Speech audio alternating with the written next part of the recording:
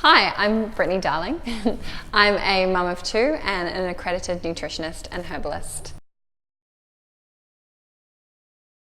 Starting solids is a really exciting time for parents.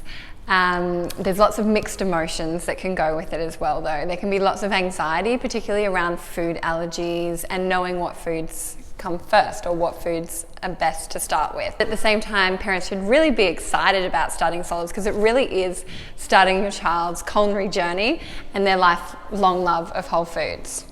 So signs that your child's ready to start solids include they can sit up in a high chair and they have good head and neck control. They'll start to lose their tongue thrust, which is the reflex that naturally pushes food out of their mouth. So this will start to decline.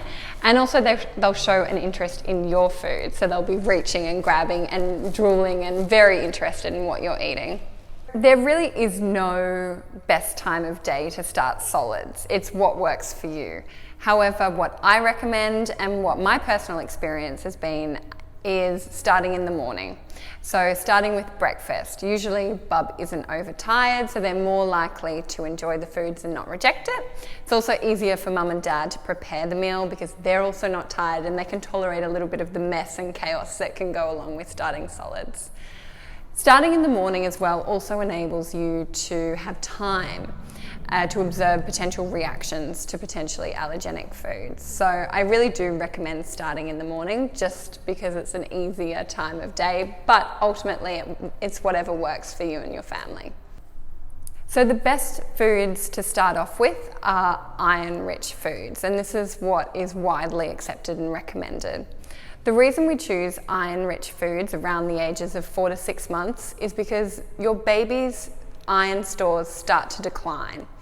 Breast milk is a really poor source of iron, and your baby has basically been surviving on the iron known as ferritin, which is stored in their liver up until this point.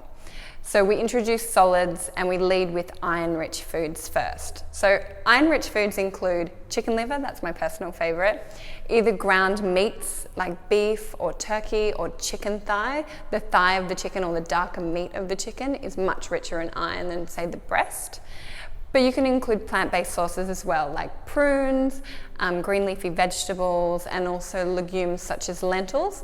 But what we do is we incorporate these into a smooth puree. So I always say vegetables as the base, so the vegetable might be sweet potato, and an iron-rich food in there to make sure that they're getting enough iron during this stage. So that could be a sweet potato puree with some organic chicken liver, cooked organic chicken liver pureed into it, or it could be some cooked lentils pureed into the vegetable mix with maybe some baby spinach. So between the ages of 4 to 6 months is a really critical window to introduce allergenic foods. And I know this is a terrifying thing for a lot of parents and can drive a lot of anxiety. However, there is a lot of evidence and research around the early introduction of solids actually being preventative of food allergies. So I really encourage parents to incorporate age-appropriate allergenic foods. So the main allergenic foods are egg, dairy, seafood and shellfish, wheat and gluten, and soy products. So including soy products might be something like adding some edamame beans to a vegetable puree, or in the case of egg, it might be adding some egg to a vegetable puree, and it kind of goes on and on. Gluten and wheat, it might be an oat porridge with some prunes in it, and that's sort of pureed to an appropriate consistency. As they get older, it's important to keep giving them these allergenic foods to make sure that they maintain tolerance. A lot of parents think if they give say peanut butter once, that their child's in the clear, but it's important to have those recurrent exposures. So for instance, peanut butter to a baby would be putting a little bit of peanut butter in a puree, or you could even just put it on the inside of their mouth first to see if they're tolerated. Eventually you can smear a little piece or a little smear of peanut butter onto a rusk or a sourdough bread crust and kind of give them that to gnaw on, and then eventually they can eat peanut butter just the way we do. So a lot of the research around food allergies came from one particular study known as the LEAP study, which was a randomized control trial of 640 infants. And so they were split up into two groups. But all the infants had egg allergy and also eczema. So they were split up into 2 groups, and one of the groups was given peanuts in a baby-friendly way, and I think it was those Bubba snacks. They're an Israeli, very highly processed snack. Don't recommend you eat them, but they contain peanuts.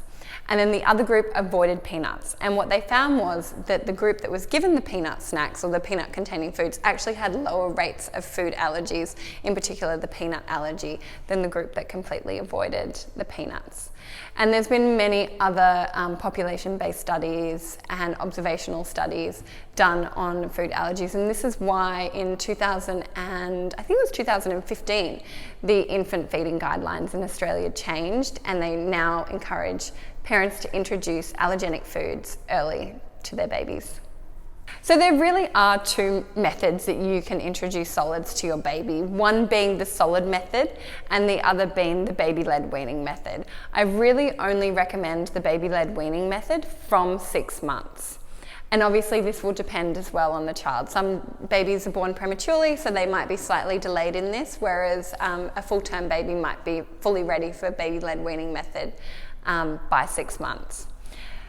The puree method, as a nutritionist, is my favorite because I just love sort of shoveling the nutrients in, and you know how much they're getting. With baby-led weaning, there's a lot of mess, and it really relies on the baby feeding themselves. However, a combination of both these techniques around the age of 6 months will get the best outcomes. Not only are you getting the nutrients in, but you're also teaching your child to self-feed and become independent. It also helps to reduce sensory issues around food, and also helps with their fine and gross motor skills. So if you want to find out more about starting solids, I've written a blog for One Fine Baby, which is called A Quick Start to Starting Solids. So head to One Fine Baby to see that. And if you want to find out more detail, I've written an ebook called Starting Solids as well, which you can find via my website, which is wholefoodhealing.com.au.